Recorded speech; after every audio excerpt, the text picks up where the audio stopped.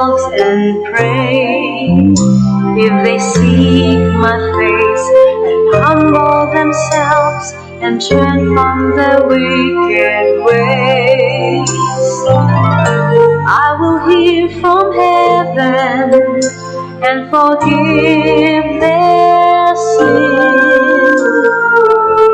I will hear from heaven and heal their land. Lord, heal our land. Father, heal our land. Hear our cry and turn our nation back to you. Lord, heal our land. Hear us, O Lord, and heal our land. Forgive our sin and heal our broken land. Lord, we bow our knee, we humble ourselves and pray. Lord, we seek your face, humble ourselves and turn from our wicked ways. Father, in your mercy, forgive our sin. Father, in your mercy, come heal our land. Lord, heal our land. Father, heal our land. Hear our cry and turn our nation back to you. Lord, heal our land. Hear us, O Lord, and heal our land. Forgive our sin and heal our broken land. Lord, heal our land. Father, heal our land. Hear our cry and turn our nation back to you. Lord, heal our land. Hear us, O Lord, and heal our land. Forgive our sin and heal our broken land. Father, heal our land. Hear our cry and heal our broken land.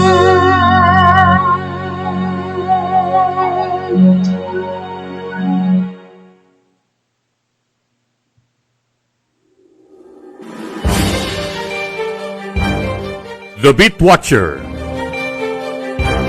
Ito ang maglalahad at maglalatag ng mga nakalap na mga balita mula sa Campo Crame hanggang Campo Aguinaldo.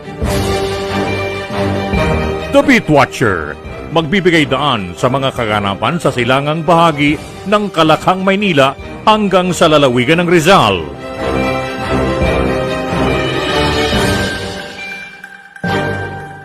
The Beat Watcher. At ngayon, narito ang ating tagapagmasid, si Romy Tuazon.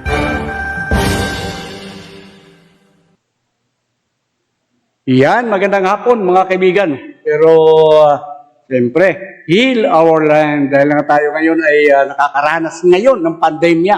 Hanggang sa mga oras na ito ay tawag doon, nararanasan pa rin natin. Kaya tayo'y manalangin, humingi tayo ng tulong sa ating Panginoong o sa ating Diyos. Samantala, meron tayong nakalimutan. Oo, yung kasi tayo ngayon ay, pero bago may ang topic natin mamaya mga kaibigan na hindi pa rin po natatapos dahil mainit pa rin po na hindi maalis-alis sa ating itong nangyaring pagpatay sa mag-ina diyan sa Tarlac. Pero ito naman ang ating pag-uusapan mamaya. Alam niyo ba kung bakit nandyan yan? May mga kaso. May padrino. Yan. Hindi maalis yan. Pero bago yan mga kaibigan, punta muna tayo sa ating balitaan. Dahil ngayon sa mga oras na ito ay patuloy pa rin nadadagdagan ang mga kaso ng COVID sa ating bansa.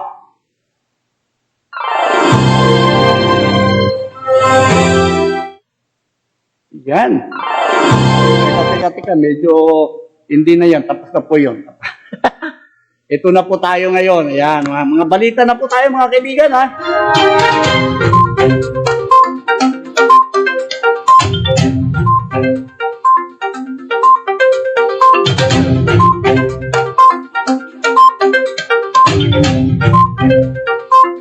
Umakyat na sa 462,815 ang nagpositibo sa COVID-19 sa bansa. Makarami dagdag ang 1,314 na bagong kaso habang nasa 429,000 naman 419 ang gumaling sa sakit dahil naidagdag ang 247 at may karagdagang 66 ang mga nasawi na umabot na sa 9,021 sa kabuuan. Ayon sa Department of Health, hindi na isama ang sa datos ang 10 laboratory na bigong makapagpasa ng kanilang COVID-19 data repository system noong December 20 o 21 ngayong taon.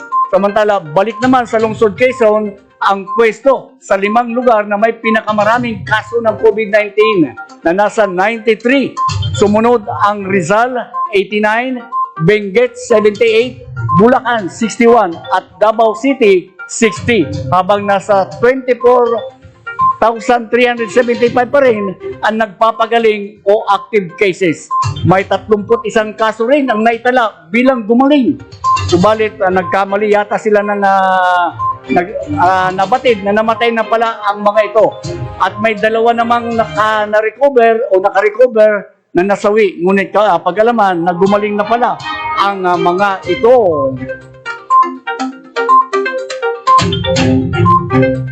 Hindi pa mang nagsisimula ang pagdiriwang ng Pasko at bagong taon na nakita na ng mga eksperto ng Okta Research Group ang pagsirit ng kaso ng COVID-19 sa National Capital Region.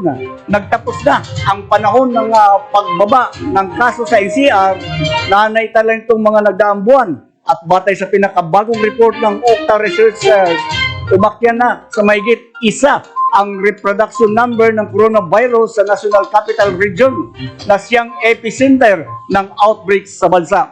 Mula sa 1,006 na reproduction number noong ikalawang linggo ng Disyembre, sumipa na lang ito na 1,000 o 1.15 ang bilang na ng mga nahahawa ng isang confirmed COVID-19 case sa Metro Manila. Siyam mula sa 17 lokal na pamalaan sa NCR ang patuloy na nakapagtala ng pagtaas ng bilang ng kanilang binabantayang COVID-19 cases. Itinuturing na area of concern ngayon ang Makati. Naku, bakit Makati na naman, no? Makati, San Juan, Marikina, Malabon, Taguig at Quezon City. Kasama ang ilang lalawigan sa lugar na labas ng NCR tulad ng Santiago at Ilagan sa Isabela, La Trinidad sa Benguet, Cainta sa Rizal, Batangas City, Bulacan, Pangasinan, Negros Occidental, Ormoc at Tacloban City sa Leyte, at mataas din ang nakikita nilang attack rate sa South Cotabato.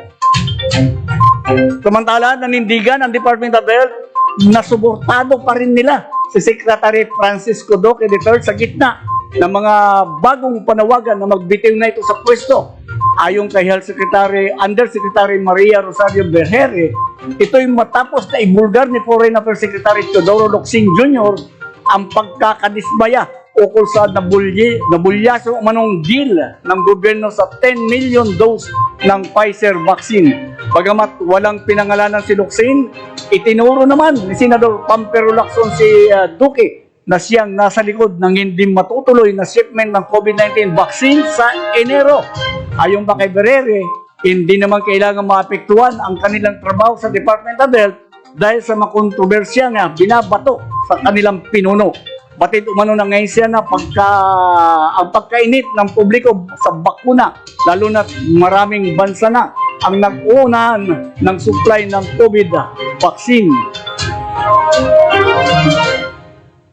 Hindi raw kailangan hintayin ng local government ang utos ng Department of Health sa pagpapatupad ng panuntunan sa kanilang mga komunidad laban sa COVID-19 sa gitna ng inaasang surge o pagtaas ng coronavirus cases pagkatapos ng Pasko at Bagong Taon. Ayon kay Undersecretary Maria Rosario Berhere, ang LGU ang may authority anumang oras na magdeklara ng restriction kung nakikita na sa kanilang lugar na may tumataas na kaso ng una nang sinabi ni DILG Secretary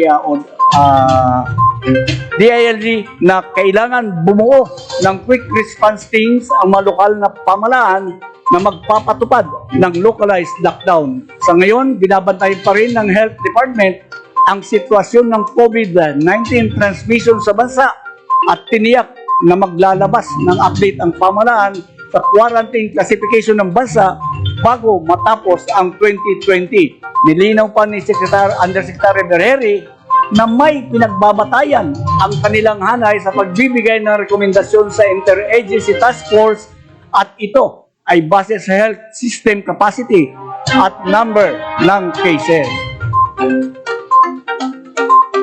Sa iba pang balita, natataranta ang fighter jet ng maganda ito. Jet ng South Korea matapos na pagpasok ng 19 Russian at Chinese military aircraft sa kanilang defense identification zone.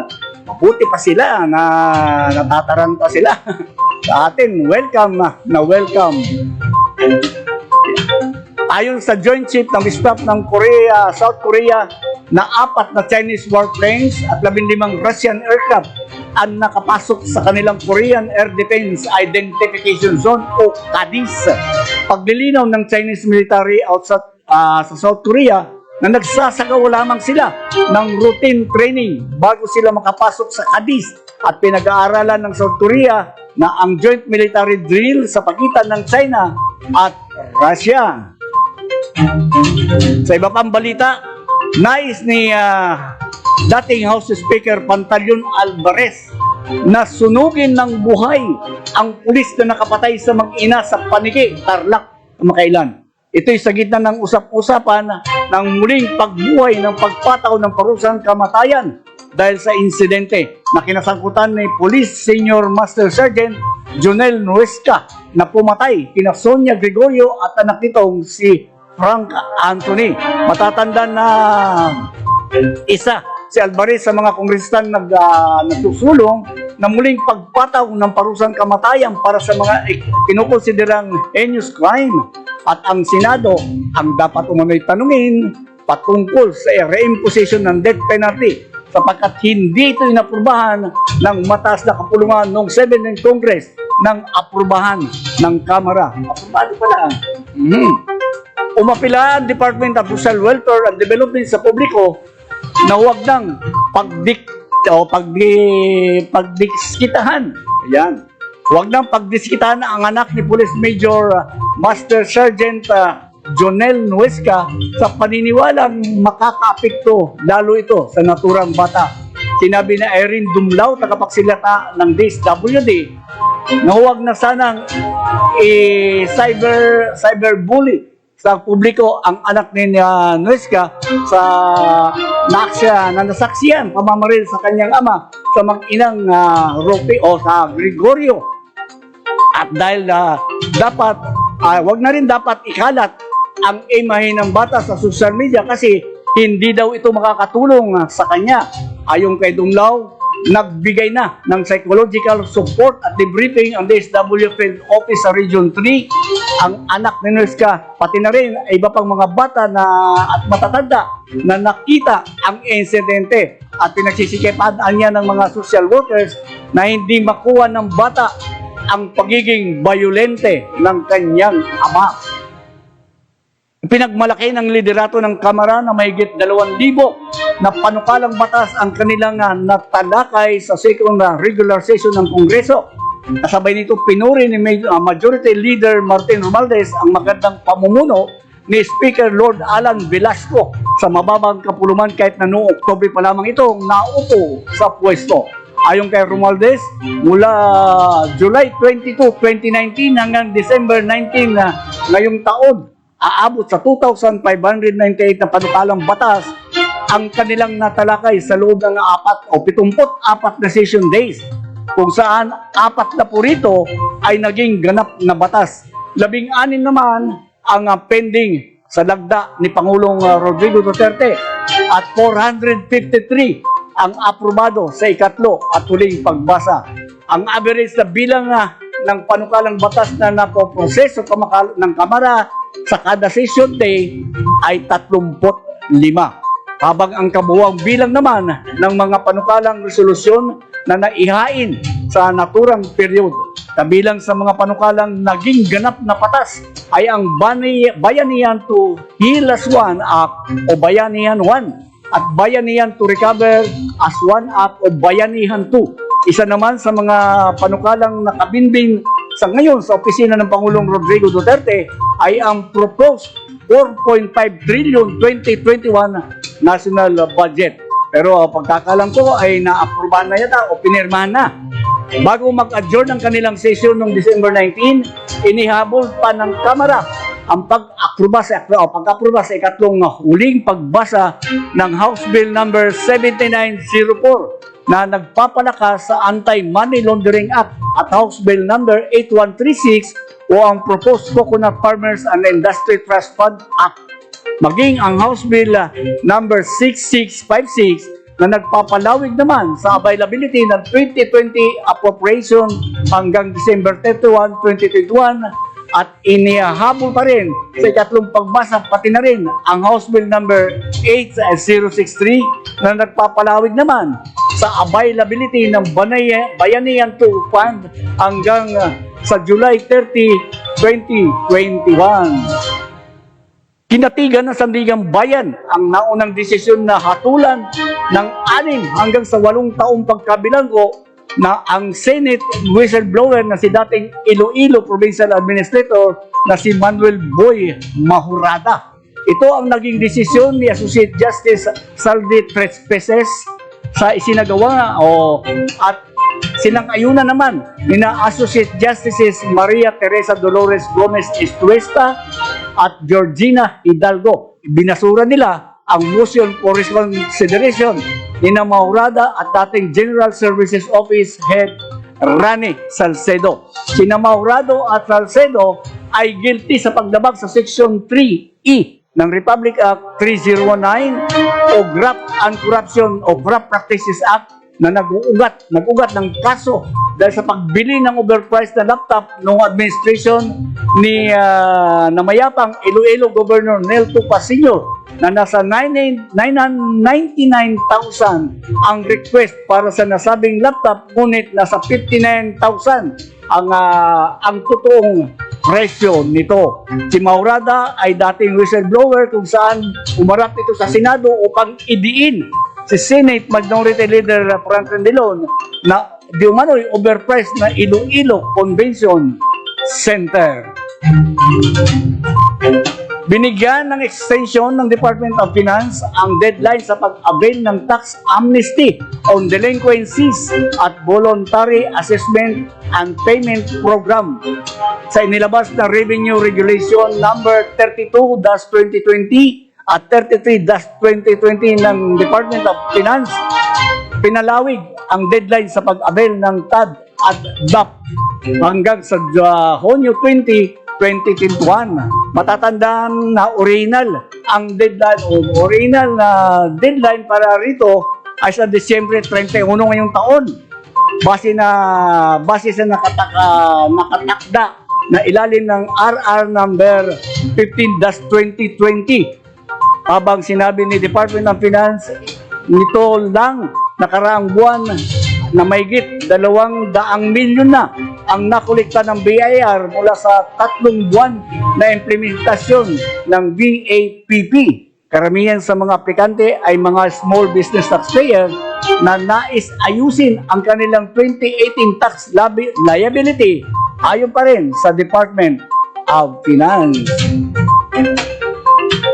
Pinaimbestigahan na ng Kamara ang standard ng PNP sa pag-evaluate sa tactical knowledge at mental fitness ng lahat ng mga pulis na iniyain ang resolusyon ni Marikina Representative Estela Kimbo para rito kasunod ng kakapaslang ni Police Senior Master Sergeant Jonel Cuesta sa mag-inang paniki sa Tarlac noong December 20, 2020. Ipinakikita na rin, ipinakita na lamang niya ang residente nito ay mayroong problema, hindi lamang sa paghahanda, kundi maging sa screening process sa mga pulis na kailangan ng kumilos ang Kongreso sa pagtukoy hinggil kung ano ang reforma na kakailanganin na kailangan patupad upang matiyak na nasa maayos ang pangangatawan at pag-iisip ng lahat ng PNP personnel.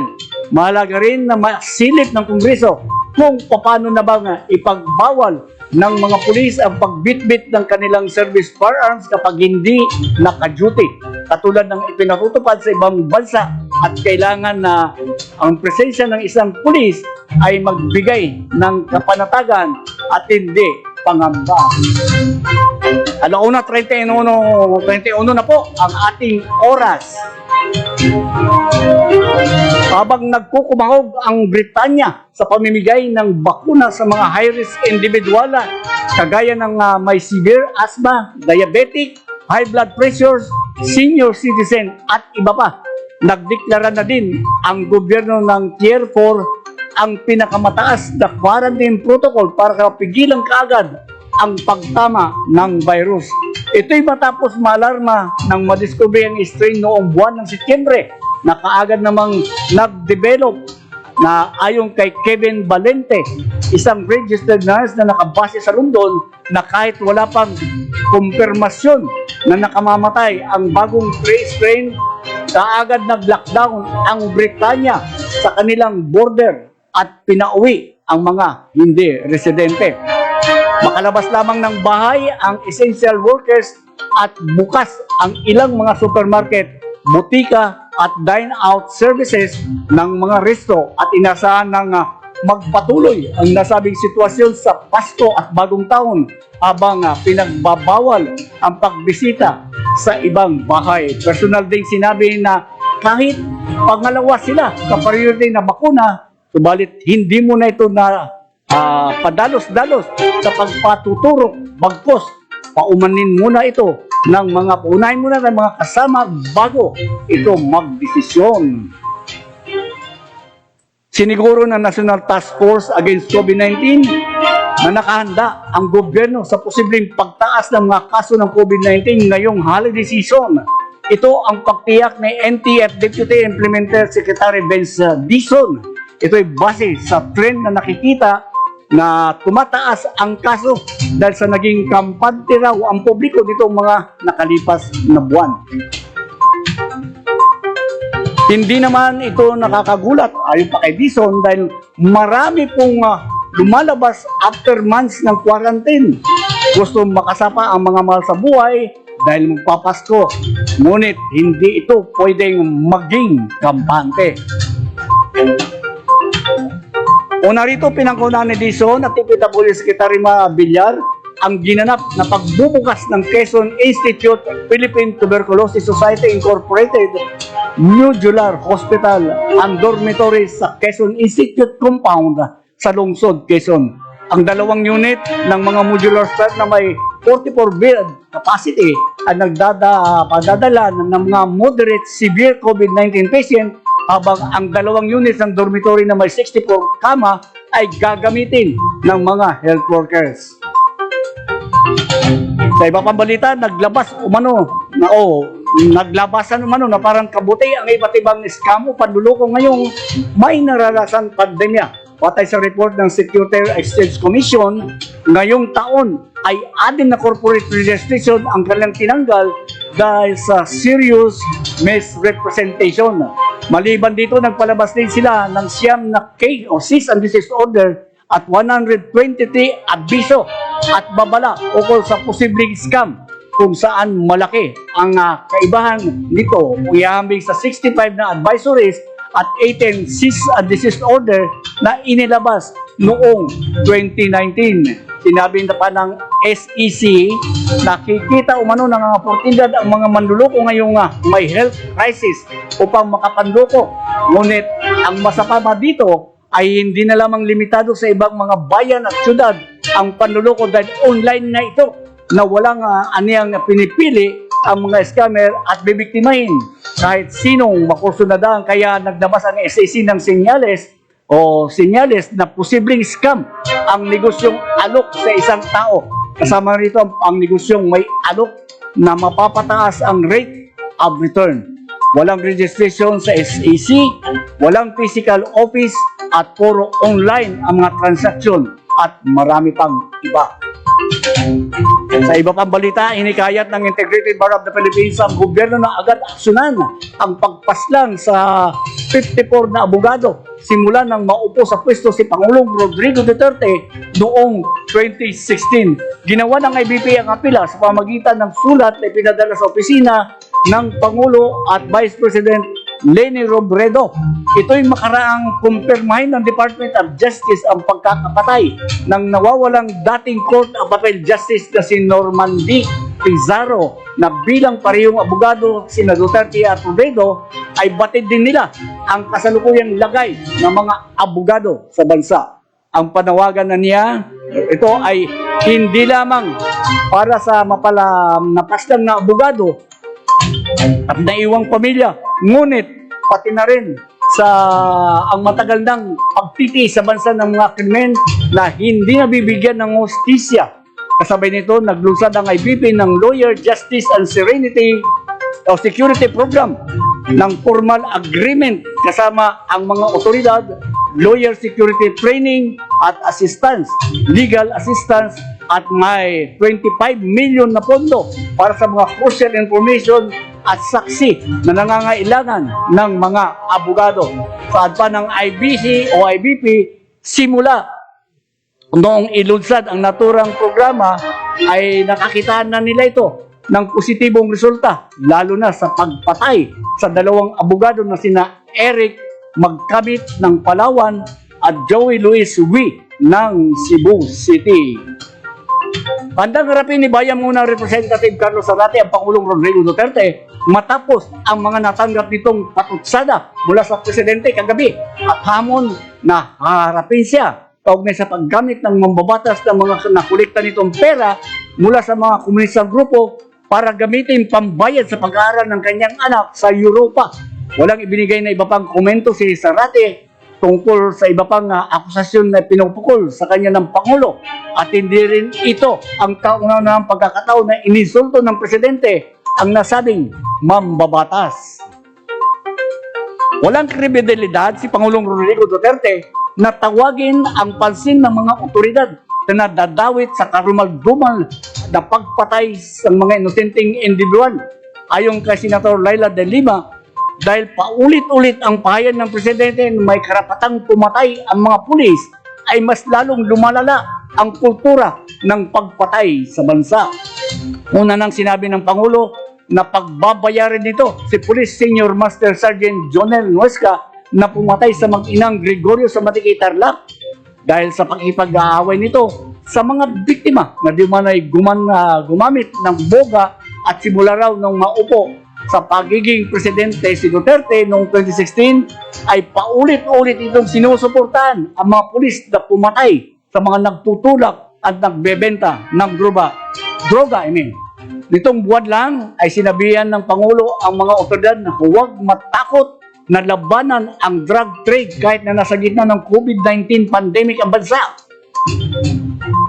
Nagkasundo na ang mga mambabatas na hikayatin ang gobyerno na harapin o harangin ang mga dayuhan mula sa Europa matapos mga discovery ang bagong strain ng coronavirus sa United Kingdom na ayon kay Senate Minority Leader Franklin Dillon, dapat aksyonan agad ng Department of Health ang kanilang solusyon at huwag basta magpakampante.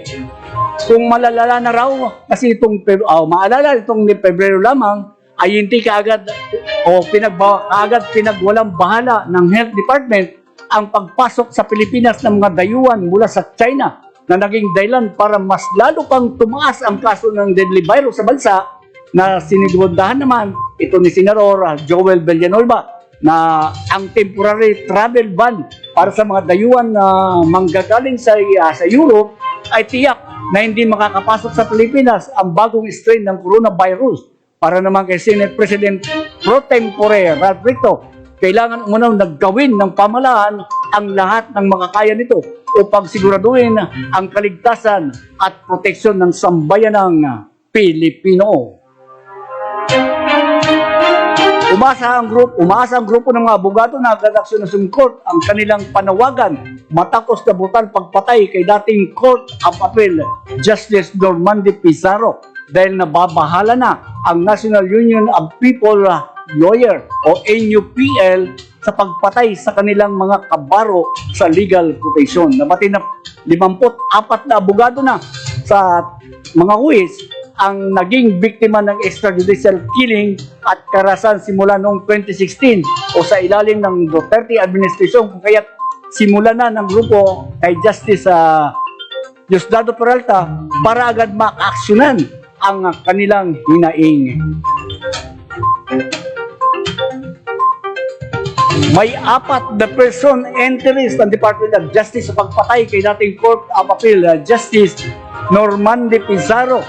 At isa sa mga suspect ang willing ibunyag ang kanyang nalalaman kaunay sa pagpatay sa dating maestrado ng Court of Appeal na lumalabas ng Forensics Chemistry Division o gumalabas sa Forensic Division report ng NBI na 99.9999% na nagmamatch ang DNA ni Pizarro sa DNA ng kanyang anak. Si Pizarro ay nagretiro noong 2018, naging controversial dahil sa mga sinulat nitong desisyon gaya ng pag-acquit sa sinasabing pork barrel mastermind na Janet Lane Napoles sa kanyang serious illegal detention case noong May 2017 sa kabilang pag-acquit nito kay dating Palawan Governor Joel Reyes sa pagkamatay ng environmentalist broadcaster na si Jerry Ortega sa Puerto Princesa noong 2011. Yan. Alauna, 22 na po ang ating oras mga kaibigan. Punta na po tayo sa ating usapan. Yan. Ang ating pong topic mga kaibigan, pwede natin pag-usapan. Mga padrino ng police killer na si Police Master Sergeant Jonel Montales Nuesca aalamin ng Senado. Yan mga kaibigan, dahil nais ng Senador Amy Marcos natutukan at kilalanin. Siguro, sa kanyang mga pahayag, gusto niya na isama kung sasampahan ng kaso ito. Kasi nga po, kung magtataka tayo, itong si Nuesca ay ang dami palang nakabinbin na kaso. Although, yung ibang kaso niya, may 2 homicide pa ito eh. Matigas ang ulo. Bakit ko nasabi yan? Una, hindi siya nagre-report sa korte sa mga kaso na siya ang investigador. Tulad ng droga, kailangan na may presensya ng pulis o investigador. Hindi siya sumisipot. Talagang may sinasandalan. Kasi kung wala sinasandalan yan, tatakbo yan dahil korte yan, mga kaibigan. At higit sa lahat, tumanggi, maliwanag mga kaibigan, tumanggi ito na sumailalim sa drug test. So, ibig sabihin, meron siguro, di ba? Tumanggi. Yung kanyang mga kaso naman, na isinampalaban sa kanya, bagamat dismiss talaga, dahil sa kawalan ng mga ebidensya o kawalan ng mga saksi. Alam na mga kaibigan, pag ang isang witness nawala o hindi na sumulpot, nag-retract, ano ibig sabihin nun? Ay pananakot. Sigurado yun, mga kaibigan. Ako, nakakasiguro ako dahil sa tinagal-tagal ko nagko-cover ng police beat. Camp Crame, Camp Aguinaldo, at saka yung mga estasyon ng police sa Eastern. Minsan, na-assign ako sa Quezon City. Sandali. Doon ko nakikita, ay, dismiss ang kaso. Bakit? Walang umatid ng witness. Ang usapan, ang pulis na may kaso, kakausapin ang witness. Hindi ko alam kung paano pag-uusap. Babayaran, pakikiusapan, o tatakutin. Yun lang po, mga kaibigan. Doon lang po sa tatlong yun. Pag nawala ang witness, sigurado, walang kaso. So, kung walang kaso, ang pinapalagay nila, walang kaso di ba? So, balik sa serbisyo. Tama po yun. Ito naman yun, balik sa serbisyo. Pero, hindi tinitingnan ng otoridad yung kaso na isinampa. Ibig sabihin nun, sinampahan ka Ibig sabihin, may nangyari. Hindi naman siguro may witness. May biktima. Hindi lang naman siguro yung sinasabi, nag-imbento sila. Diba? Nag-imbento sila para kasuhan ka. Ang problema ngayon sa pamunuan, hindi nila tinignan, dapat doon pa lang, madumi ang record mo Ang dami mong kaso madaming kaso na isinasampa laban sa'yo. Pero hindi nila tinignan nung mga authority natin, bakit ka sinampahan? Di po ba? Siguro ang rason nila, wala namang kaso, walang witness. May witness nung una. Hindi mawawalan ng witness kaya nga naisampa yung kaso, then may witness, may kaso, may biktima. Ang problema, pag umayaw ang witness, talo na. Diba? Yung sinasabi ko kanina, tatlo lang yun. Kinausap, binayaran, o tinapon. Diba? Siyempre, ako naman, siyempre, polis yan May otoridad yan, may baril yan. Kaya nga ito, tingnan mo yung nangyari doon sa Panikitarla. Walang kalaban-laban. Salita lang. Ang kalaban nila, di baril. Iyon ang pinampatay sa kanya. Yung pulis ba mapapatay nung salita? Diba? Isipin mo lang ang psychiatric problem ito. May problema yata ito sa pag-iisip. O di naman kaya, drugs. Kasi, una tumanggi na yan sa drug test Napakalakas ng loob. Bakit naandyan pa rin sa serbisyo? Diba? Kasi may kilala, alam mo, may kilala ko. Kukwento ko lang. Tanggal sa serbisyo dahil may ginawa, siguro may kaso, natanggal sa serbisyo. Alam mo, may nilapitan lang na isang general. Balik sa serbisyo. Ang lumapit yung kanyang misis. Hindi ko alam paano pinakiusapan o ano ang naging kapalit. Ewan ko Ito lang, yun lang. Alam ko yun. Dahil minsan ko na nakasama sila. Nakausap. Ganyan. Ngayon, ito ngayon ang sistema o itong mangyayari kung sakasakali Ito ang nakikita ko sa mga nakaraan. Itong aking mga kaibigan ng mga pulis, o mga kilala kong pulis, doon sa pinanggalingan kong mga estasyon. Isang pulis, pag ito nalimbawa, sinampang ka ng kaso. Anong kaso? Pangungutong. Ayan, pangungutong. Kahit anong kaso. Una, pangungutong. Sinampang ka. Nawala yung witness. Sinasabi, walang ebidensya. Dismiss ang kaso. Ang gagawin niya ng isang pulis, itong kinasuhan, mag-iiba ng ano, mag-iiba siya ng posisyon. Posisyon na yun, mag-iiba siya ng lakad na dati ay pangungutong. Kaya yun yung kinaso sa kanya. Lilipat siya ngayon. Ano naman yan? Kahit anong illegal na pagkakakitaan. Yung mga, ewan ko lang, kasi noon pa yun, ng panahon pa yun na, marami na, siguro hanggang ngayon, ganun pa rin nangyayari pa rin. Kasi ano na yan, parang sunod-sunod na yan eh. Hindi mawawala na yan. Nag-iiba sila ng lakad. Pagkatapos, wala na. Dismiss ang kaso, so balik sa serbisyo. Ang ito ngayon, pagbalik niya sa serbisyo, teka, mag-iiba naman ako ng ng lakad.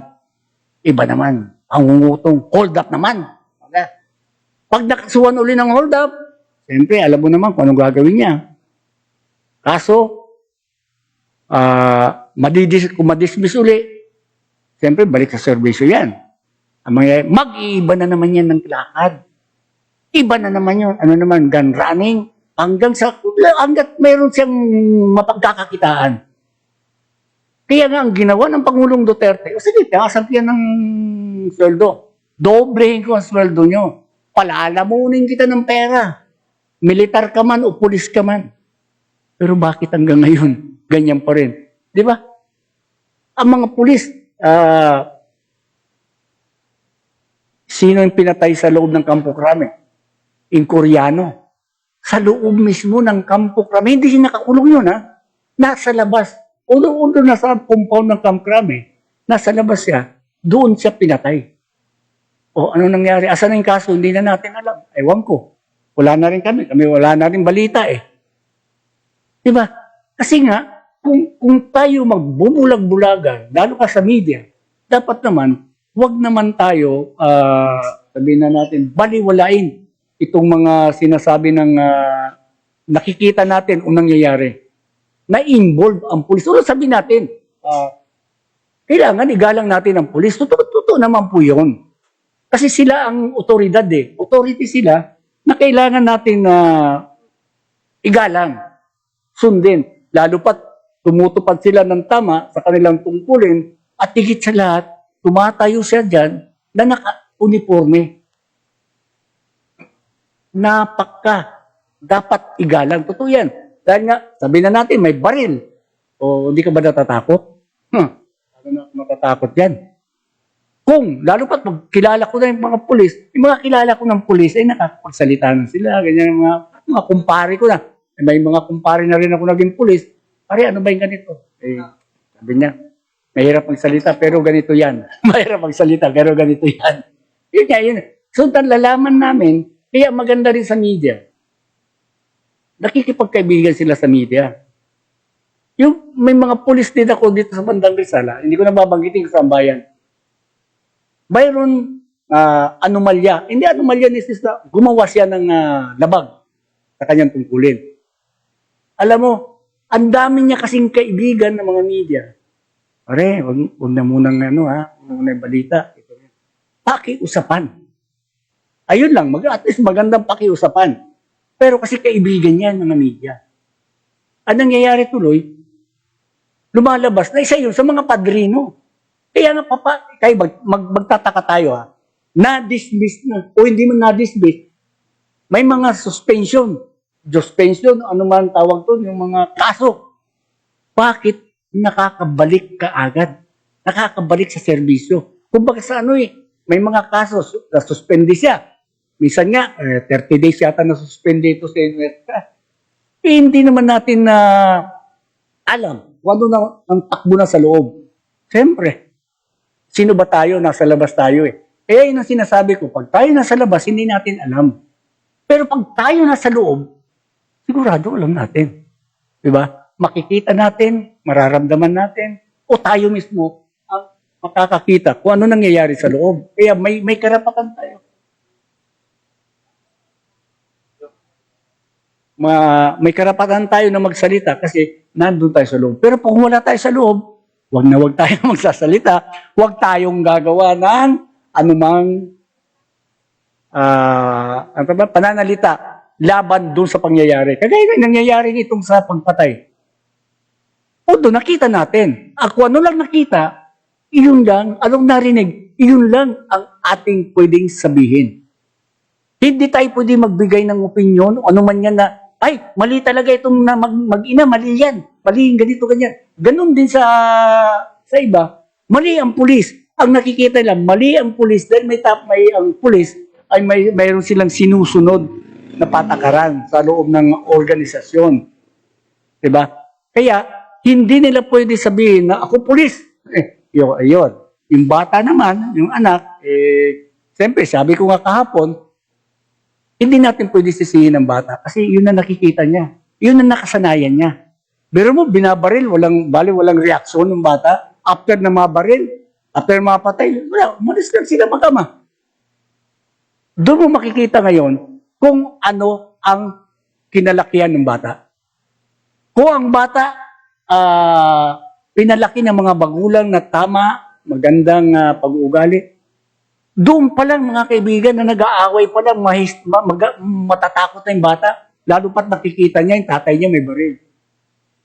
Siguro nakita niya. Kaya nga, di ba? My father is a policeman. Nag-English pa. Ayun. Policeman nga tatay mo kasi may baril. Kasi namaril. Yung ba ay isang lisensya sa pagiging pulis mo para barilin mo yung walang kalaban-laban.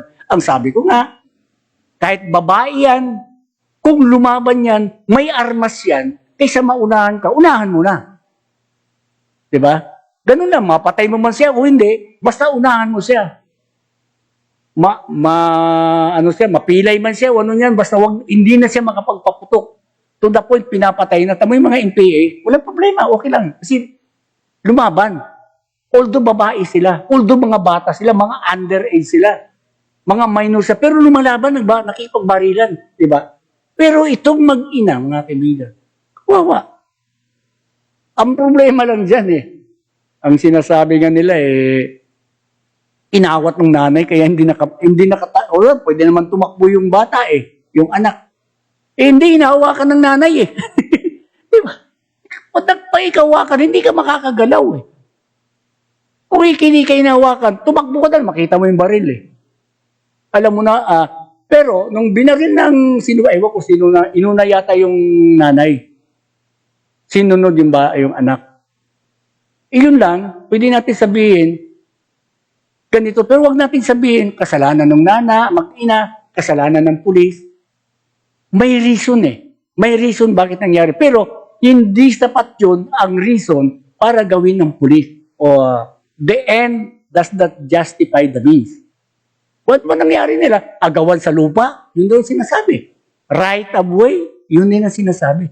Pero, bakit kung yun lang ang usapan, pwede mapag-usapan sa barangay yan, pwede pag-usapan ng maayos, bakit kaya humahantong sa patayan? Diba? Kung tayo matitino ang pulis, kaya sabi nga dito ng mga ni Senador Marcos, dapat tingnan sa recruitment, psychological examination, pasado ba itong mga ito, nakakapasa ba ito, o baka naman yun na nga sinasabi, ay, inano yan kay General yan, bata ni General yan, kaya pasok ka. Dahil ako mismo, mayroon akong experience dyan na isang boy utos lang sa bahay, ginawang pulis ng General. Bakit? Kasi nung time na yun, nangangailangan ng pulis ang Cebu City para sa mga crowd dispersal. CDM, parang CDM sila. Ginawang pulis, mga kaibigan. Kaya naging pulis, ang bilis ka po. Utosan na nila yun. Utosan na in sense na parang boy sa bahay. O sige, gusto mong magpulis, sige mo, ipapasok kita doon sa pagiging pulis. Yan. Yung mga kaibigan, totoo naman talaga yan. Open secret na po. Yung isang pulis nga na, sabihin, chief ang pulis, alam mo pag nilipat, pansinin nyo, may mga kasamang tauhan yan. Walang chief ang pulis na pumunta sa isang lugar, tinalaga, na wala siyang kasamang tauhan. Mayroon nun. Lalo kernel. Mayroon, lieutenant nga lang mayroon ng tauhan, yung pinsan ko. Sa Samar. Police, naging lieutenant, may alalay na. O, ganun lang yun eh. Opisyal ka na. O, kung sa Maynila, pag opisyal ka na, hindi ka na pwede sumakay ng jeep. Hindi kayo sumakay ng tricycle. Kailangan may kotse ka, di kaya may motor ka. Ganun. Ganun ang mga opisyal ngayon. Pinangangalagaan ng kanilang hanay. Pinangangalagaan ng kanyang organisasyon. Kaya, hindi mawawala ang takipan dyan. Pero pag brutal na talaga kagaya ginawa itong Nuesca, ay ito na, hindi na pwede itong takpan. Inuulit ko, mga padrino ng itong si Master Sergeant Nuesca ay aalamin ng Senado. So, iyan lang po mga kaibigan. At maraming salamat po sa inyong pagsubaybay sa ating programa. Kita-kita po ulit tayo bukas dahil mayroon pa tayong bukas. Yan. Sige, maraming salamat po. Muli, ito po yung lingkod, Romy Tuason. Sumainyo ang inyong tagapagmatsyag at tagapagmasid, The Beat Watcher, sa pamamagitan ng Broad Streamcast Communicators. Maraming salamat po.